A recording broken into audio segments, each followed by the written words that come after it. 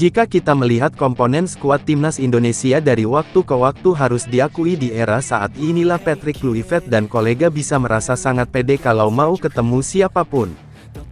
Jika dulu kita hanya pede saat melawan tim-tim ASEAN, itu pun di luar Thailand atau Vietnam, kini Indonesia mau ketemu siapapun gas terlepas hasil akhirnya menang atau kalah. Hal yang wajar karena bagaimanapun skuad timnas Indonesia saat ini banyak dihuni pemain dengan level yang berbeda.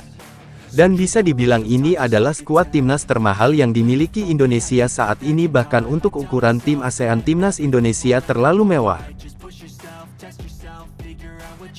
Atas dasar itulah diketahui muncul sebuah gagasan yang terbilang impossible di mana pihak AFF ingin sekali melihat bagaimana skuad mewah Indonesia bertarung melawan All Star yang diisi pemain-pemain terbaik ASEAN. Apabila itu terjadi, maka bisa dibayangkan betapa hebohnya respons yang didapat.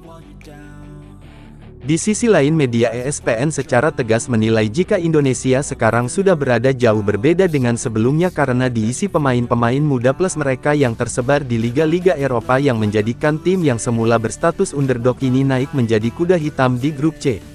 Tentu saja ini semua tidak lepas dari usaha keras PSSI dan semua pihak untuk mewujudkan mimpi tembus ke panggung tertinggi bagi tim-tim di ASEAN. Langkah PSSI di arah sekarang benar-benar gila karena dalam sekejap Indonesia bisa dihuni banyak pemain diaspora yang secara level permainan jelas berbeda. Kedalaman skuad menjadi sesuatu yang penting bagi timnas Indonesia untuk mengarungi 4 laga sisa di round 3. Dan saat ini secara lini per lini skuad Indonesia sudah 80-90% oke tanpa mengurangi sedikit pun respek ke pemain Liga 1.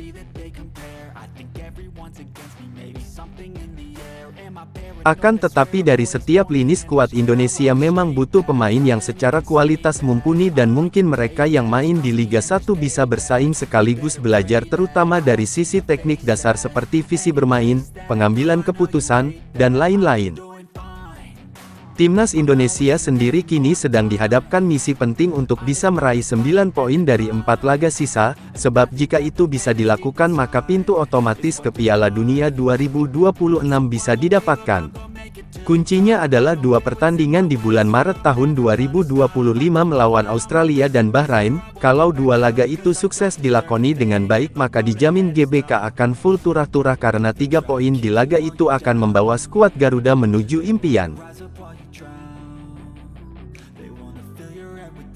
Kedalaman skuad Indonesia pada umumnya sangat baik, bahkan secara teoritis harusnya bisa mengalahkan Australia yang saat ini sedang mengalami krisis cedera dan Bahrain di GBK. Hal ini bisa terjadi karena dalam tim Indonesia terdapat pemain-pemain berkualitas dan berpengalaman dari belakang hingga depan. Mereka telah membuktikan kemampuannya di Eropa, sehingga tidak mengherankan jika negara-negara tetangga seperti Vietnam, Thailand, dan Malaysia merasa cemburu dengan skuad Indonesia yang begitu bermewah-mewah.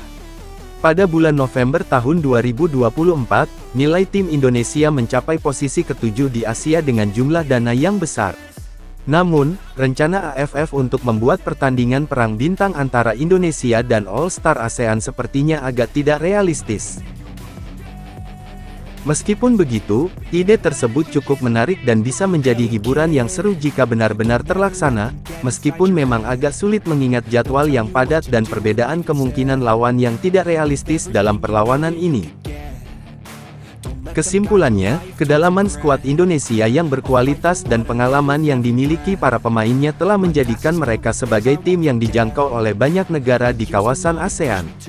Meskipun rencana untuk pertandingan perang bintang mungkin terasa sulit terwujud, namun hal itu tidak meragukan potensi tim Indonesia dalam bersaing di tingkat regional maupun internasional. Find your limits, don't be rigid, always work towards a prime. Surround yourself with open minds, people can change your life. A few friends with